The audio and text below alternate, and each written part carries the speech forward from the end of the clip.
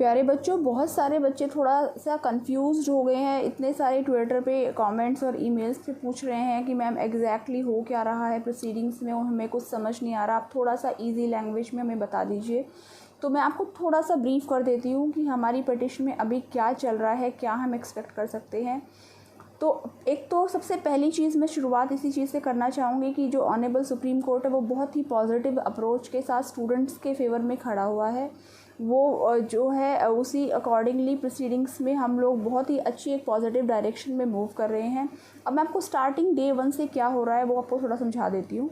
हमारा पहला जो हियरिंग था वो 28 मई को था। उसमें जो बेंच है उन्होंने मुझसे एक क्वेरी की कि क्या एडवांस कॉपी भी जो है ऑपोजिट काउंसिल्स को सर्व हुई है, बिकॉज़ हमें बहुत ज़रूरी है कि पहले हम ऑपोजिट जो गवर्नमेंट है उनकी बात सुने, क्योंकि उन्होंने 1 जून की डेडलाइन दी है already to declare whatever they have taken the decision. तो वो जानने के बाद हम पिटीशन पे आगे मेरिट पे सुनना चाहेंगे।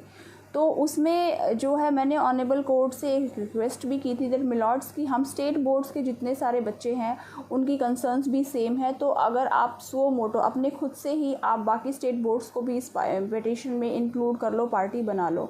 तो जो ऑनरेबल बेंच है उन्होंने कहा कि हमें एक बहुत ही पॉजिटिव और ऑप्टिमिस्टिक अप्रोच रखनी है। हो सकता है कि 31 को जो नेक्स्ट डेट ऑफ हियरिंग वो स्केड्यूल करने वाले हैं उसमें गवर्नमेंट एक पॉजिटिव डिसीजन बच्चों के लिए ले ऑलरेडी। तो आज 31 को दोबारा से हियरिंग हुई। आज हमारे जो लर्नेड अटॉर्नी जनरल हैं he was representing the government. उन्होंने कहा कि हमें जो है थर्सडे तक का टाइम दे दीजिए, हम लोग अपना डिसीजन जो है उसमें डिक्लेयर कर देंगे, जो भी हमारा 12th क्लास के एग्जामिनेशन के रिस्पेक्ट में डिसीजन होगा। तो उसमें जो बेंच है ऑनरेबल बेंच, उन्होंने उनको बहुत ही क्लियर टर्म्स में बोला कि या तो आप लास्ट ईयर का नोटिफिकेशन जो आपका खुद का ड्राफ्ट है उसको आप एक्सेप्ट कर लीजिए, जिसके थ्रू आपने एग्ज़ामिनेशंस बच्चों के कैंसिल कर दिए थे, और अगर आप उस एग्ज़ाम्स कैंसिल नहीं करना चाहते हो और आप कुछ और आप प्रपोज़ल लेके आओगे तो बहुत ही उसके फेवर में स्ट्रॉन्ग रीजंस लेके आइएगा, फिर हम मेरिट्स पे इस पिटीशन को सुनेंगे। तो अभी जो है थर्सडे तक जो है वो ऑन रिकॉर्ड वो गवर्नमेंट अपना डिसीजन प्लेस कर देगी। ऑनरेबल जस्टिस ने मुझसे पूछा था हियरिंग के दौरान कि आप मिस शर्मा कुछ और इसमें ऐड करना चाहती हैं, एनी स्पेसिफिक कंसर्न। मैंने उनको बस इतना स्पेसिफिकली रिक्वेस्ट किया मिलॉर्ड्स कि ये जो मैटर है बहुत ज़रूरी है कि हम इसमें बहुत जल्दी एक डिसीजन लें, क्योंकि जितना ज़्यादा डिले होगा उतना ज़्यादा जो बच्चे हैं जिनको फर्दर स्टडीज़ करनी है और स्पेसिफिकली जो बच्चों को बाहर एडमिशन लेना है बाहर की कंट्रीज़ में, उनका पूरा जो साल है वो बर्बाद ना हो।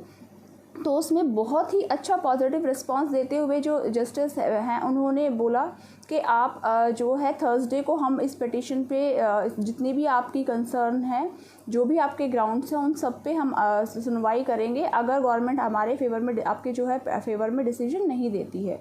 तो बहुत ही एक अच्छा पॉजिटिव जो है हियरिंग हमारा सुप्रीम कोर्ट में चल रहा है। ऑनरेबल बेंच है वो स्टूडेंट्स के जो है सपोर्ट में है, उनको भी लगता है कि जो कंसिडरिंग दी जो अभी प्रेजेंट सिचुएशन है वो फेवरेबल नहीं है एग्ज़ामिनेशंस को कंडक्ट कराने में, और वो अभी गवर्नमेंट ने 2-3 दिन का टाइम लिया है कि हम जो है अपना फाइनल डिसीजन जो है रिकॉर्ड पे प्लेस कर देंगे। उसके बाद फिर जो है सुप्रीम कोर्ट में मेरिट्स पे जो है हियरिंग आगे बढ़ेगी।